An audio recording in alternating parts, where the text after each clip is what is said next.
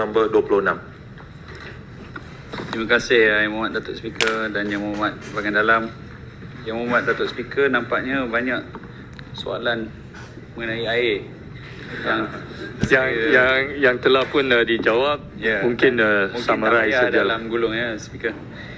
Okey, Yang Mohd, pada ketika ini negeri Pulau Pinang kita bergantung sebanyak 80% sumber air kita daripada Sungai Muda.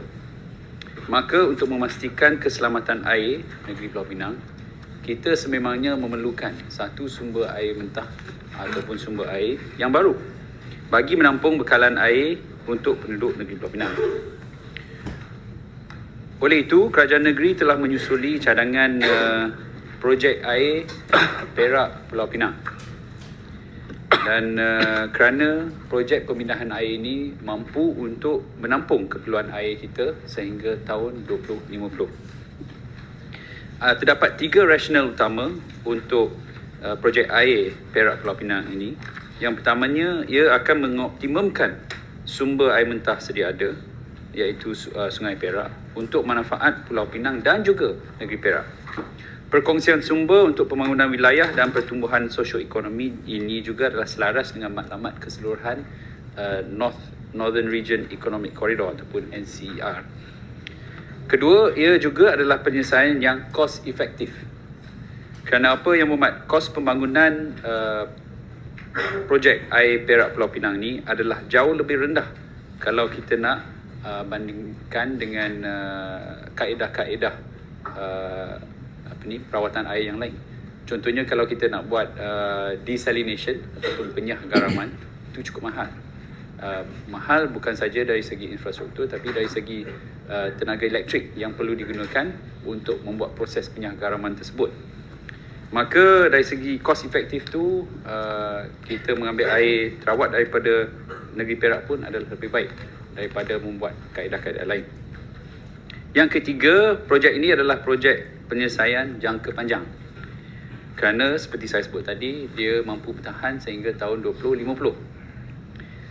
Dan selain daripada peratusan air mentah yang diabstrak daripada Sungai Muda, yang 20% lagi yang kita guna di negeri Pulau Pinang adalah daripada sumber-sumber air kawasan tarahan di negeri kita, iaitu contohnya empangan air hitam dan juga empangan Teluk Bahang. Ini menunjukkan bahawa semua bekalan air mentah dalam negeri ini telah pun dioptimalkan penggunaannya bagi memastikan bekalan air mencukupi untuk kegunaan harian. Manakala untuk empangan Mengkuang, ia adalah empangan strategik yang di mana kita cuma akan menyalurkan air keluar daripada empangan tersebut untuk digunakan semasa kecemasan ataupun musim kering. Untuk soalan B, Yang Berhormat, konsep Guillemard Reservoir merupakan konsep yang digunapakai melalui kolam-kolam takungan air terawat yang lain, seperti mana kolam-kolam takungan air terawat yang lain. Kolam takungan air Guillemard menyimpan air terawat daripada loji rawatan air Guillemard dan juga loji rawatan air Batu Feringgi. Walau bagaimanapun, konsep tersebut adalah terhad untuk diperluaskan di negeri kita. Ini kerana sumber air mentah bagi LRA Guillemard dan Batu Feringgi adalah sumber air dari kawasan tarahan air yang berdekatan di persekitarannya. Jumlah kawasan tarahan air yang diwartakan di negeri ini hanya seluas 62.9 km persegi dan hanya dapat menampung kurang 20% sumber air mentah. Jadi, macam mana pun negeri Pulau Pinang masih lagi bergantung secara 80%, sebanyak 80% kepada Sungai Muda sebagai bekalan air utama. Oleh yang demikian, sekiranya konsep Guillemard Reservoir ini ingin diperluaskan, ianya memerlukan kawasan tarahan air yang luas serta muka sauk yang berdekatan bagi memulihkan simpanan air melalui kolam takungan dapat dioptimumkan. Terima kasih Yang Berhormat. Terima kasih. Soalan tambahan Datuk Speaker. Terima kasih Yang Berhormat Tanjung Bunga. Berikutan dengan status perkembangan terkini Sungai Perak Raw Water Transfer Scheme. Boleh saya tahu apakah status terkini? Terima kasih Yang Berhormat. Projek Sungai Perak Raw Water Transfer Scheme ni kita sudah menjenamakan semula. Itu yang saya sebut tadi, yang Datuk Speaker, kita panggil projek air Perak Pulau Pinang. Kerana apa?